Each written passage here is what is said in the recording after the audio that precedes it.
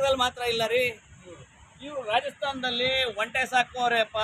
ಒಂಟೆ ನೋಡಿ, ಒಂಟೆ ಸಾಕಿ ಅದರ ಮೇಲೆ ಮಡಗಿ ಕುದುರೆ ಒಂಟೆನ ಓಡಿಸ್ಲಿಕ್ಕೆ ಮತ್ತೆ ನಡ್ಕೊಂಡು ಹೋಗ್ಲಿಕ್ಕೆ ಮಾಡಿದಂಥ ಒಂದು ಸಾಧನ. ಇದನ್ನೂ ಸಹ ಕುರುಬರು ಮಾಡಿದ್ದಾರೆ. ಅದರ ಮೇಲೆ ಕುರಿಯ ಉಣ್ಣೆಯನ್ನು ಬಳಸಿ ಆ ಒಂಟೆಗೆ ಮೈ ನೋವಾಗಬಾರ್ದು, ಅದು ಗಾಯ ಆಗಬಾರ್ದು, ಆ ರೀತಿ ಮಾಡಿದಂಥ ಒಂದು ಸಾಧನ. ಇಂಥ ಸಾಧನವನ್ನು ಕೊಟ್ಟದ್ದು ಕುರುಬರ ಕೊಡುಗೆಯಪ್ಪ. ಅಲ್ಲಿ ಏನಂತ ಕರೀತಾರೆ ಅವ್ರಿಗೆ? ಅದರ ಜೊತೆಗೆ ಇನ್ನೂ ಒಂದು ತಿಳ್ಕೊಳ್ಳಿ, ಆ ಬರಗಾಲದಲ್ಲಿ ಅವರಿಗೆ ಕುಡಿಯೋಕ್ಕೆ ನೀರನ್ನ ಮಾಡಿದಂಥ ಕ್ಯಾನ್ಗಳನ್ನು, ಬಾಟಲ್ಗಳನ್ನು, ಲೆದರ್ ಪೌಚ್ಗಳನ್ನು ಕೊಟ್ಟಂಥ ಜನಾಂಗ ಈ ಕುರುಬ ಸಮುದಾಯ.